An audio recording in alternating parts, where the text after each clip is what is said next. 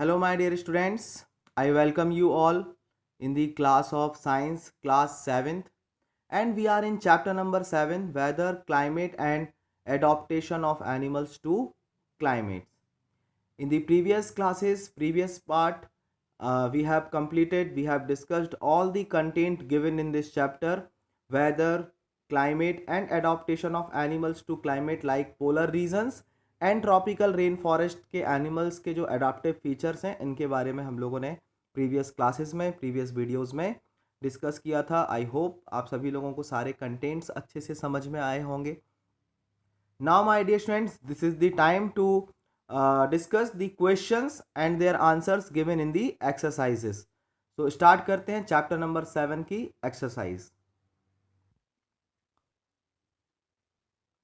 Question number 1, name the elements that determine the weather of a place. उन elements के नाम बताने हैं जो कि किसी भी प्लेस के वेदर को डिटरमाइन करते हैं। माय डियर स्टूडेंट्स, आप लोगों ने वेदर और क्लाइमेट में डिफरेंस पढ़ा है। Weather is what the environmental condition for a short period of time. किसी पर्टिकुलर डे के लिए या बहुत कम समय के लिए जो एटमॉस्फेयर में जो कंडीशंस होती हैं वो क्या होती है, वेदर होती है। और वेदर को डिसाइड करने के लिए कौन से एलिमेंट्स हैं जो कि रिस्पॉन्सिबल होते हैं, तो उनके नेम हम लोग यहाँ पर देखेंगे। तो कैसे आप लोग इस क्वेश्चन का आंसर लिख सकते हैं उसको डिस्कस करते हैं। My dear students, the element that determine the weather of a place are temperature, humidity, rainfall, wind speed.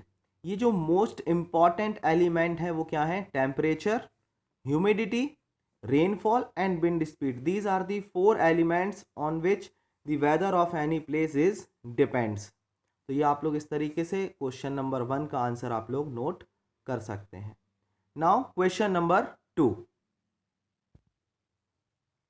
Question number 2, when are the maximum and minimum temperatures likely to occur during the day?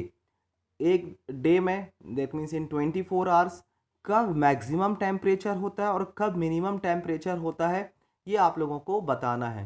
तो my dear friends, आप सभी लोगों ने ये observation किया है कि day time पर जब सन बिल्कुल हमारे ऊपर होता है, टॉप पर होता है at 12 o'clock to 1 o'clock, उस टाइम पर टेम्परेचर सबसे ज़्यादा होता है, उस टाइम पर गर्मी सबसे ज़्यादा होती है।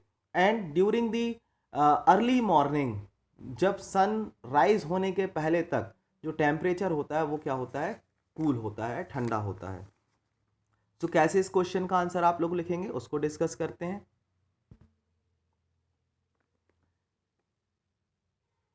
क्वेश्चन नंबर 2 का answer, maximum temperatures occurs during day time, that means in afternoon. Afternoon के टाइम पर मैक्सिमम टेम्परेचर आप लोगों को मिलेगा। Whereas the minimum temperature occurs during early in the morning. सुबह सुबह सनराइज के पहले तक जो टेम्परेचर होता है एनवायरनमेंट का वो सबसे कम होता है, दैट मीन्स सबसे मिनिमम होता है।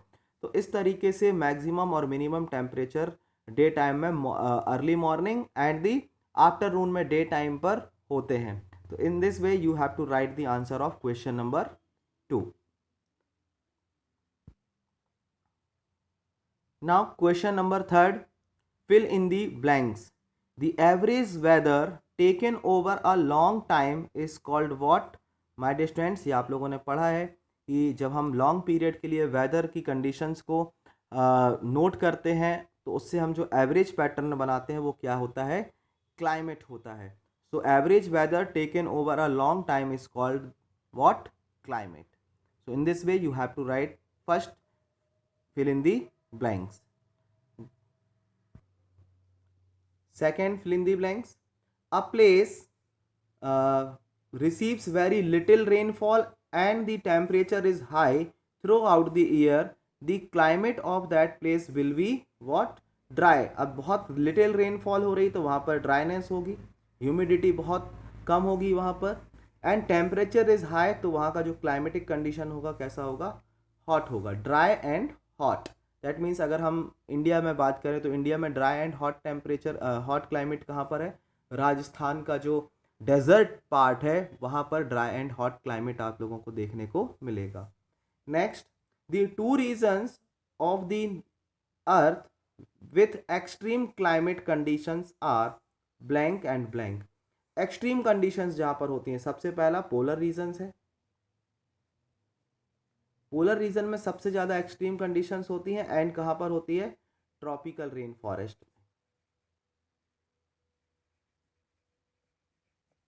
ये दोनों आपके आंसर्स हैं। पोलर रीजन्स में एक्सट्रीम कंडीशंस होती हैं और ट्रॉपिकल रेन फॉरेस्ट में एक्सट्रीम क्लाइमेटिक कंडीशंस होती हैं। So in this way you have to complete this third question, fill in the blanks. Now indicate the type of climate of the following areas. Jammu Kashmir, Kerala, Rajasthan, north east India. ये आपको climatic conditions बताने की वहाँ की कैसी होती है। अगर हम जम्मू कश्मीर की बात करें तो माय डियर स्टूडेंट्स, वहाँ पर हिमालय लगा हुआ है और वहाँ पे जो टेम्परेचर होता है वो कैसा होता है, बहुत ही कोल्ड होता है। तो वहाँ की जो क्लाइमेटिक कंडीशंस होगी कैसी होंगी, कोल्ड होंगी। ओके, क्योंकि most of the time Jammu and Kashmir में स्नो होती है और टेम्परेचर माइनरली 15 डिग्री से ऊपर जाता है। तो वहाँ पर समर सीजन में भी टेम्परेचर ज़्यादा से ज़्यादा 20 डिग्री सेल्सियस पहुँचता है मैक्सिमम इन अ डे। तो वहाँ का जो क्लाइमेट कंडीशन है वो कैसा है, कोल्ड है। केरला की बात करें तो हमारे यहाँ का अगर हम मानसून की बात करते हैं तो मानसून सबसे पहले केरला में आता है, एंड वहाँ पर most of the time rain होती है और साथ ही साथ ये कोस्टल एरिया है तो वहाँ पर जो विंड है वो बहुत ही कूलर होती है। तो यहाँ पर हम कह सकते हैं जो केरला का जो क्लाइमेटिक कंडीशन है वो कैसा है, वेट है एंड ह्यूमिड है, वेट एंड ह्यूमिड, इस तरीके से। नेक्स्ट, राजस्थान की बात करें तो राजस्थान में ही अपन ने अभी ऊपर हमने आपको एग्जांपल दिया था dry and hot, dry and hot climate. और नॉर्थ ईस्ट इंडिया की बात करें तो यहाँ पर भी मॉनसून बहुत ज़्यादा होता है, दैट मीन्स रेन बहुत ज़्यादा होती है। मोस्ट ऑफ द ईयर के टाइम पर अगर देखा जाए तो सबसे ज़्यादा रेन होती है नॉर्थ ईस्ट इंडिया में। तो यहाँ का भी जो क्लाइमेट कैसा होगा वो कैसा होगा, वेट क्लाइमेट होगा। So in this way you can indicate the climatic condition of these areas, Jammu Kashmir, Kerala, Rajasthan and Northeast India. Now question number 5, which of the two changes frequently, weather और climate? इनमें से कौन सा बहुत जल्दी change होता है? तो my dear students, weather day to day condition है, शॉर्ट पीरियड ऑफ टाइम के लिए होता है। सो यहाँ पर आप लोग आंसर लिखेंगे, weather is what, the weather changes frequently, weather changes frequently। तो आप इसको अंडरलाइन कर सकते हैं, वन वर्ड आंसर में आप लोग इसको आंसर दे सकते हैं। So this is the answer of question number 5। So my dear students, in this way you have to complete first 5 questions given in the exercises. Remaining questions from question number 6 to question number 12 we will discuss in the next class, next part. So I hope कि आप लोगों को ये first 5 questions अच्छे से समझ में आ गए होंगे। So my dear students, this is all about the today's class. See you all in the next class with the remaining chapters, remaining questions of this chapter. Thank you. Have a nice day.